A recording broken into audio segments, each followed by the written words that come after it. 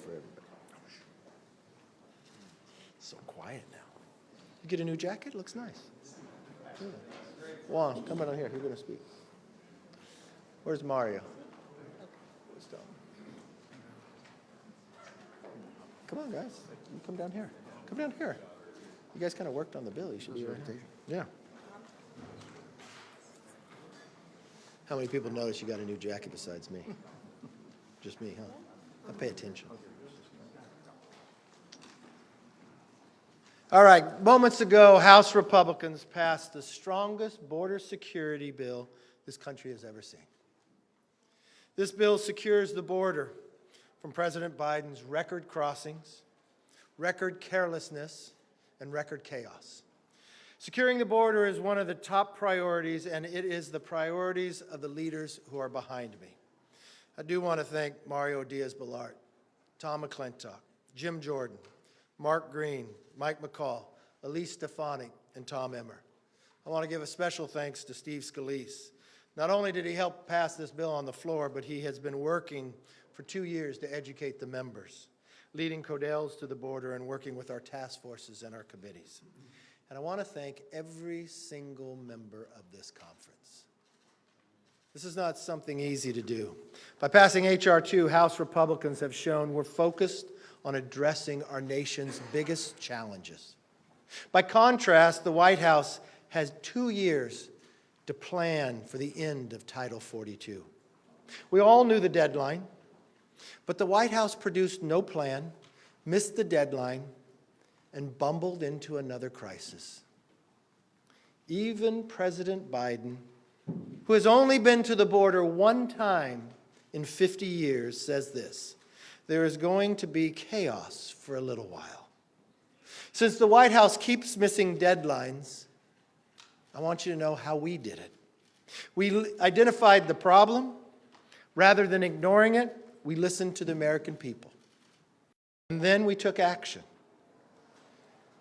Numerous members of our conference for the last 4 years have been traveling to the border, not just to meet with border agents, but meet with the elected officials. It didn't matter what party they were registered. To meet with local ranchers, landowners, businessmen and women. To meet with the people being affected day in and day out. To school board members, where their schools had to be closed because of the chases and the cars coming across. To the families that lost loved ones because of the fentanyl that's coming across. I remember down with Juan Ciscomani with the new mayor, telling a story of his own daughter, calling her, telling her that she can't go outside, another car chase was coming by. This car chase didn't end in the manner we all wish it would. It killed a woman he told us about. She was on her way to her retirement dinner, where she had retiring from work of all those years to spend the time with her grandchildren, to travel the country, ended because the border was not secure. We even had our committees, when we took the majority, not to stay in Washington to gather all your information, but to travel to the border itself. If you're going to write a bill about the border, you ought to learn firsthand. Homeland, Judiciary. We talked to Border Patrol agents, heard the frustration in their voices, and saw the exhaustion in their faces. But the House Democrats, who even belonged to the committee, refused to go. One of the ranking members, Nadler, made fun of us going to it, said it didn't mean anything. I think you ought to look to the family members who've lost their children to fentanyl and tell them that it didn't mean anything. If they had attended, I believe they would have voted with us. You cannot listen to what we had heard and vote against this bill today. The do-nothing Democrats must not continue to repeat this pattern on the debt limit.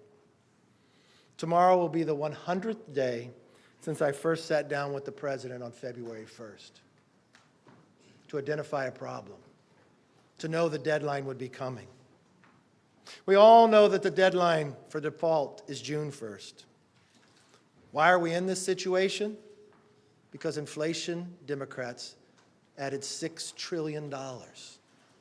They harmed every single family by bringing inflation to our country. And now 3 of the 4 largest bank failures in American history has happened just in a couple months. We watch people bringing home their paycheck. It doesn't go as far. We watch Democrats treat the exact same way. The House passed a plan to avoid the default.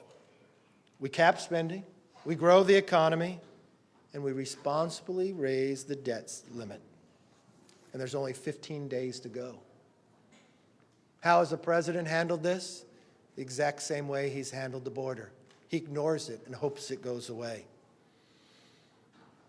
But President Biden and Senator Schumer are stuck on no. They have no plan, no proposed savings, and no clue. Apparently, President Biden doesn't want a deal. He wants a default. Mr. President, my message is very simple. Do not miss another deadline like you just missed on Title 42. Our country cannot afford it. The Republicans will always act responsibly and will also always look for solutions. With that, let me bring up our majority leader who's worked so hard to make this day come to fruition, Steve Scalise.